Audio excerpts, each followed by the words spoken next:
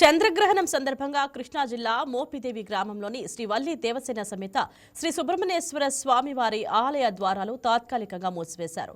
గ్రహణం అనంతరం శాస్త్రోక్తంగా శుద్ధి కార్యక్రమాలు నిర్వహించి భక్తులను రేపు ఉదయం 9 గంటల నుండి దర్శనానికి అనుమతిస్తామని అర్చకులు తెలిపారు. భక్తులు ఈ విషయాన్ని గమనించి సహకరించాలని కోరారు. అలాగే దక్షిణ కాశీగా పిలువబడుతున్న మోపిదేవి మండలం పెదకళ్లపల్లిలోని శ్రీ దుర్గా నాగేశ్వర స్వామివారి ఆలయంలో నిత్యం పూజలు, అభిషేకాలు ఏకాంతంగా జరిపి ఆలయ ద్వారాలు మూసివేశారు.